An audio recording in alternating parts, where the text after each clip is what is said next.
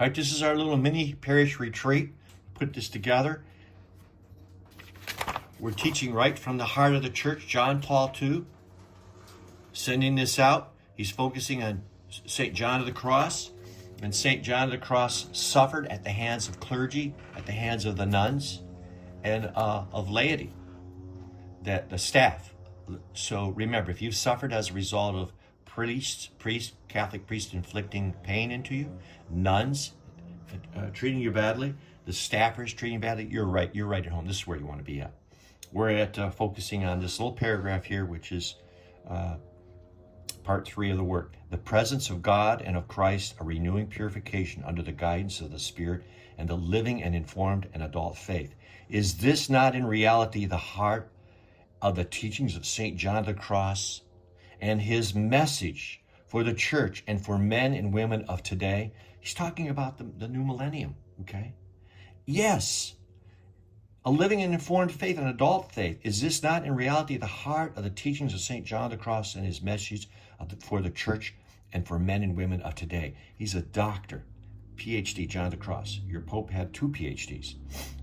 Unless we renew our faith and brighten its flame, right there, think about that. Renew our faith, brighten our flame. We will not be able to face any of the great tasks which face the church. Now, has your priest, and your main pastor, the bishop, talk about that. Say, hey, you want my money. I want truth. I'm paying you. You were ordained to proclaim truth. And you know what? What are these tasks that the church has to face? Could it possibly be purification? Could it possibly have something to do with purification? Does it mean that I'm missing out? I got to get a little poker here. If you can ask him. Does this mean anything about purification? Huh? You know why? You're pouring hot coals on their head because they come from a seminary experience. They come from a pastoral experience where just like the Wizard of Oz, you pull back the curtain, and behind the curtain, there's a lot of things going on that they don't want to talk about. Why? Because they kept silent. And here you are, a lay mom, a lay father, raising kids, or a young child asking these things. And they have ran away, just like Peter. They ran from that cross. Tell me about how many seminarians that you know that should have been ordained that weren't ordained because they wouldn't shut up.